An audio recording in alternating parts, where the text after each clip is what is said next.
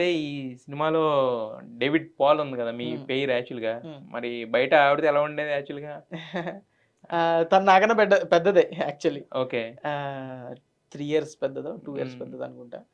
So మంచి అంటే మరి మీకేమో అసలు చిన్నప్పటి నుంచి అమ్మాయిలతో మాట్లాడడం రాదు, బిడింగ్ ఉండేది. అంటే సిరీస్లో కూడా అలాగే ఉంటుంది అనుకో, బట్ కాకపోతే తెలియకుండానే కళ్ళతో ఒక లవ్ ఎక్స్ప్రెసింగ్ అనేది ఉంటుంది కదా మరి.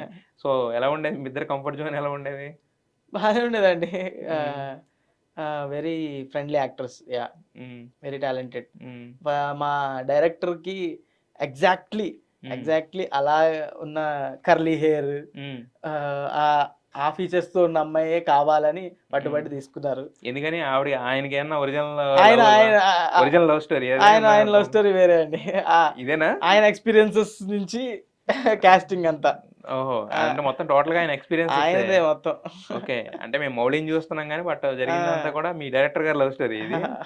అంతే అండి, అయితే తనకు జరిగిన ఎక్స్పీరియన్స్ అన్ని మొత్తం టోటల్ గా. అయితే ఒకసారి ఆయన తీసుకొచ్చి కూర్చోబెట్టి చేస్తేనే కానీ మొత్తం బయటకు రావు. అయితే మీరు ప్రమోషన్స్ కి 90s ప్రమోషన్స్ మిగతా వాళ్ళందరూ ఎంత చేశారు, మీరు ఒకళ్ళే అంత చేశారు. అదేది కవితకు అనర్హం ఇది ఇప్పుడు అన్నారు కదా, అలాగే మీరు ఏది కాదేది ప్రమోషన్ అనర్హం అని ప్రతి దాన్ని వాడేసుకున్నారు, దొరికిన దాన్ని దొరికినట్టు వాడేసుకున్నారు. ఆ దాంట్లో చిన్ను సాంగ్ ఉంది కదా, పాపం అతను ఏదో మామూలుగా పాడుకుని పెట్టుకున్నాడు.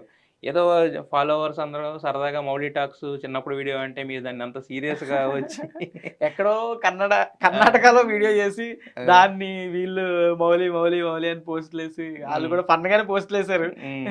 నీలాగా ఉన్నాడు బ్రో, నువ్వే బ్రో అని. నేను దాని మీద సీరియస్ గా రియాక్ట్ అవుతా అని చెప్పి దాన్ని ప్రమోషన్ గా వాడేసి కరెక్ట్ టైం దొరికింది. అది మంచి వైరల్ అయింది. మంచి వైరల్ అయింది. దాంతో 90s మళ్ళీ 1 మిలియన్ ఫాలోవర్స్ కి మళ్ళీ రీచ్ అయింది కదా. 10 మిలియన్ 10 మిలియన్ ఫాలోవర్స్ రీచ్ అయింది కదా. మరొకసారి మా కోసం ఆ పాట పాడతారా? నాకు రాదండి, నేను యాక్టింగ్